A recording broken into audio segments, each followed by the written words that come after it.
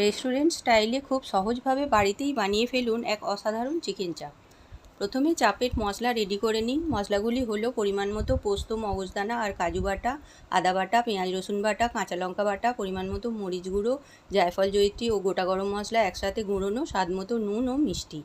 এবার মাংসের পিসগুলি ওপর থেকে চিড়ে নিয়ে তাতে টক দই, আদা বাটা, পেঁয়াজ রসুন বাটা, কাঁচা লঙ্কা বাটা, পোস্ত, মগজদানা আর কাজু বাটা, জায়ফল, জয়িত্রী ও গোটা গরম মশলার গুঁড়ো, কাশ্মীরি মির্চ, একটু মরিচ গুঁড়ো, স্বাদ মতো নুন, দুধে মিশিয়ে রাখা গোলাপ জল, কেওড়া জল, হলুদ গুঁড়ো আর একটু মিঠা আতর, এই সমস্ত কিছু পরপর দিয়ে মাখিয়ে নিয়ে 2 ঘন্টা ম্যারিনেট করে নিন।